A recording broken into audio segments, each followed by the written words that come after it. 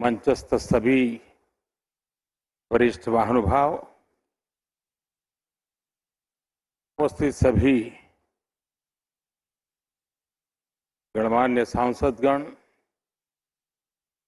अन्य सभी महानुभाव,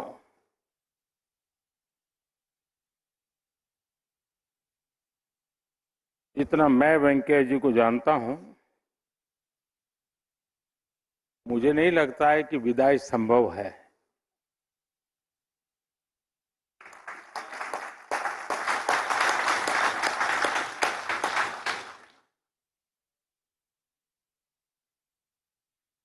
ग्यारह तारीख के बाद आप जरूर अनुभव करेंगे कि किसी न किसी काम से आप पर फोन आएगा,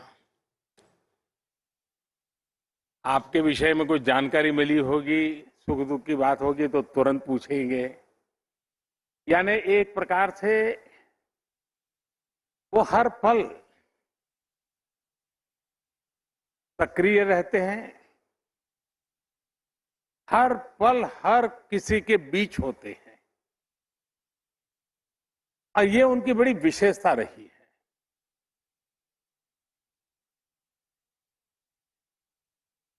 उनके जीवन की भी क्षमता को अगर हम देखें, मैं जब पार्टी संगठन का काम करता था और उस समय अटल जी की सरकार बनी, मंत्रिपरिषद की रचना हो रही थी,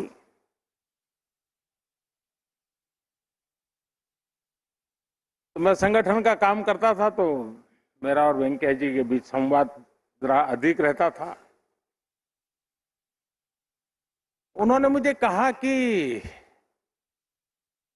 वैसे तो ये प्रधानमंत्री का ही अंतिम निर्णय होता है कि कौन मंत्री बनेगा, किस मंत्री को क्या काम मिलेगा, कौन सा डिपार्टमेंट रहेगा, और ये भी तय था कि साउथ में से वेंकैया जी जैसे वरिष्ठ नेता का मंत्री होना तय था। लेकिन वो चाहते थे कि बहुत बड़ा तामझाम वाला, जरा ग्लैमरस ऐसा कोई डिपार्टमेंट मुझे बचाइए। और बोले अगर प्रधानमंत्री जी को बुरा न लगे तो मेरी इच्छा है कि मेरे मन का काम अगर है वो है ग्रामीण विकास, अगर मुझे ग्रामीण विकास का काम मिले तो मैं करना चाहता हूं। यानी ये पैशन, ये अपने आप में बहुत बड़ी बात है। अटल जी को वेंकैया जी की और भी जरूरतें थी, लेकिन चूंकि उनका मन ये था तो अटल जी ने उस प्रकार से निर्णय भी किया और उस काम को बखूबी वेंकैया जी ने निभाया। अब और एक विशेषता देखिए, वेंकैया जी शायद एक ऐसे व्यक्ति हैं कि जिन्होंने ग्रामीण विकास मंत्रालय तो देखा ही देखा, शहरी विकास भी देखा। यानी एक प्रकार से विकास के जो प्रमुख दोनों पहलू कहें, उसमें उन्होंने अपनी महारत दिखाई। वे पहले ऐसे उपराष्ट्रपति थे, राज्यसभा के पहले सभापति थे, जो राज्यसभा के मेंबर रहे थे। बाकी ये सौभाग्य बहुत कम लोगों को मिला था,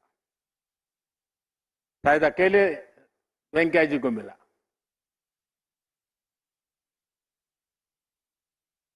अब जो स्वयं लंबे समय तक राज्यसभा में रहे हो, जो पार्लियामेंट्री अफेयर्स के रूप में कार्यभार देख चुके हो, इसका मतलब है कि उनको सदन में क्या क्या चलता है, पर्दे के पीछे क्या चलता है, कौन सा दल क्या करेगा, ट्रेजरी बैंक की तरफ से क्या होगा, सामने से क्या होगा, वो उठ करके उसके पास गया, मतलब ये खुराफत कुछ चल रही है, इन सारी बातों का उनको भलाई भांति अंदाज था। और इसलिए सभापति के रूप में दोनों तरफ उनको पता रहता था कि आज ये करेंगे। और ये उनका जो अनुभव था वो ट्रेजरी बेंच के लिए उपयोगी होता था, तो विपक्ष के मित्रों के लिए परेशानी भी का कारण बनता था कि पता चल जाता था। लेकिन उन्होंने सदन को और अधिक सक्षम बनाना, सांसद का बेस्ट देश को कैसे मिले, ये उसकी चिंता। पार्लियामेंट्री कमिटीज अधिक प्रोडक्टिव हो, आउटकम ओरिएंटेड हो और वैल्यू एडिशन करने वाली हो।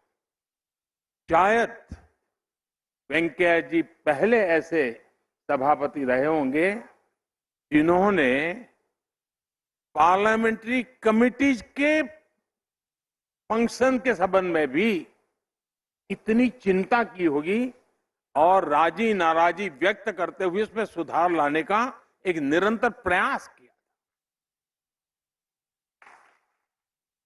मैं आशा करता हूं कि आज जब हम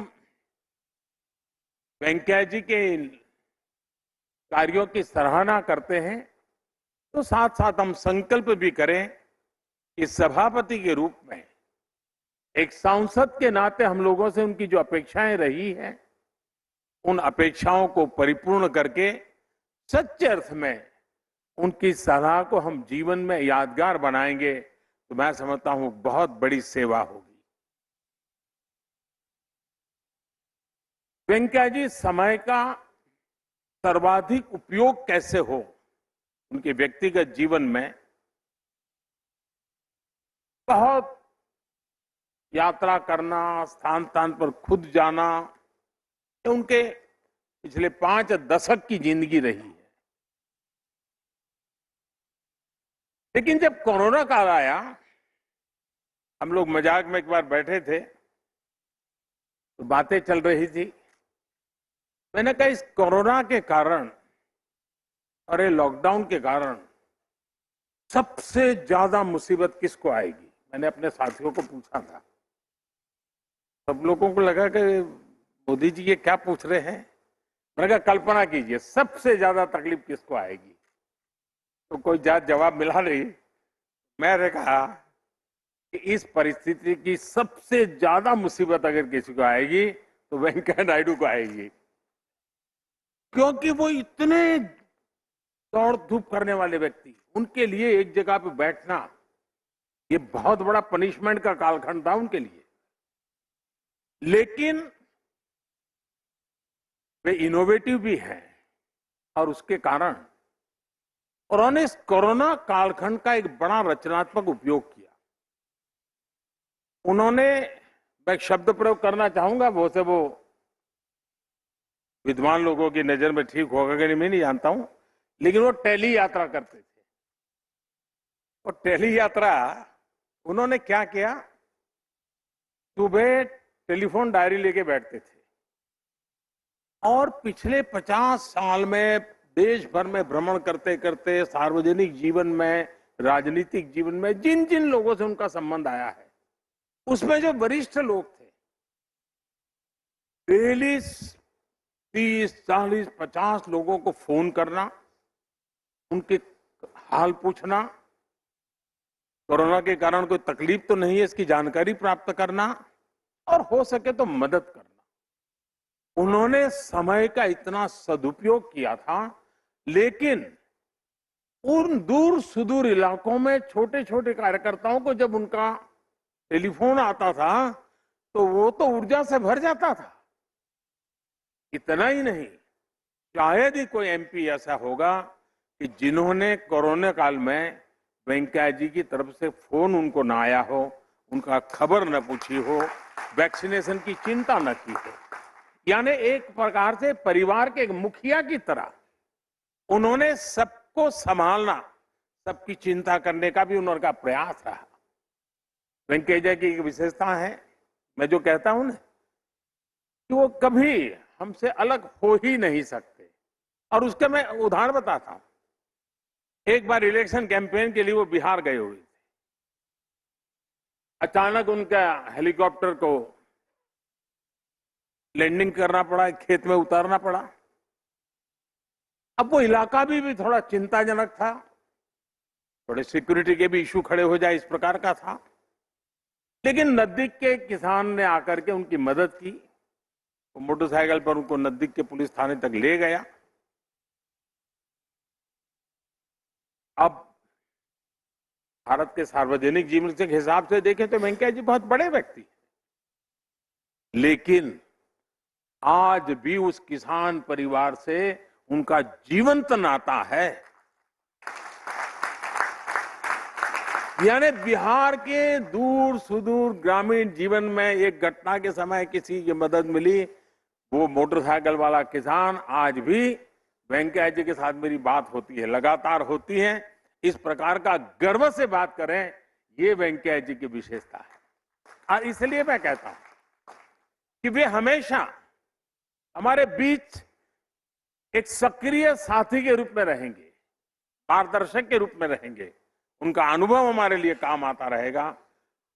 आने वाले उनका कार्यकाल अधिक अनुभव के साथ अब वेंकैया जी समाज की एक नई जिम्मेवारी की तरफ आगे बढ़ रहे हैं। तब ये बात सही है। आज सुबह जब वो कह रहे थे तो उन्होंने कहा कि भाई मुझे जब ये दायित्व आया तो मेरा एक पीड़ा का कारण ये था कि मुझे मेरी पार्टी से इस्तीफा देना पड़ेगा। जिस पार्टी के लिए मैंने जीवन खपा दिया उससे मुझे इस्तीफा देना पड़ेगा। उसका मुझे कोई संवैधानिक आवश्यकता थी तो, लेकिन मुझे लगता है कि वो 5 साल की जो कमी है वेंकैया जी जरूर भरपाई कर देंगे।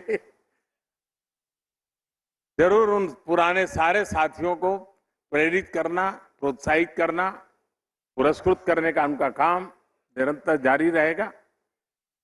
मेरी तरफ से, आप सबकी तरफ से वेंकैया जी का जीवन हम लोगों के लिए एक बहुत बड़ी अमानत है, बहुत बड़ी विरासत है। उनके साथ जो कुछ भी हमने सीखा है उसको हम आगे बढ़ाएं। भाषा के प्रति उनकी जो उनका लगाव है और उन्होंने मातृभाषा को जिस प्रकार से प्रतिष्ठित करने का प्रयास किया है उसको आगे बढ़ाने के और भी प्रयास हुए हैं। मैं आप में से शायद लोगों को अगर रुचि हो तो मैं आग्रह करूंगा, भाषिणी एक वेबसाइट भारत सरकार ने लॉन्च की हुई है। इस भाषिणी में हम भारतीय भाषाओं को, उसकी समृद्धि को और हमारी अपनी ही भाषाओं को एक भाषा में से दूसरी भाषा में अगर इंटरप्रिटेशन करना है, ट्रांसलेशन करना है तो उसमें सारी व्यवस्था है। ये बहुत ही अच्छा टूल बना हुआ है जो हम लोगों को काफी काम आ सकता है। लेकिन उसमें से मुझे एक और विचार आया है। मैं चाहूंगा कि स्पीकर महोदय भी और हरिवंश जी भी, हरिवंश जी तो उसी दुनिया के व्यक्ति हैं, शब्द के साधक हैं, जरूर उस दिशा में काम हो सकता है। दुनिया में डिक्शनरी में नए शब्द जोड़ने की परंपरा रहती है और ऑफिशियली अनाउंस भी होता है। एक बड़ा उसका महात्मा होता है कि फलाने देश की फलानी भाषा का फलाना वर्ड अब अंग्रेजी की उस डिक्शनरी में अब स्थान प्राप्त कर रहा है, उसका गौरव भी होता है। जैसे हमारा गुरु शब्द है, वो आज अंग्रेजी डिक्शनरी में उसका हिस्सा बन चुका है।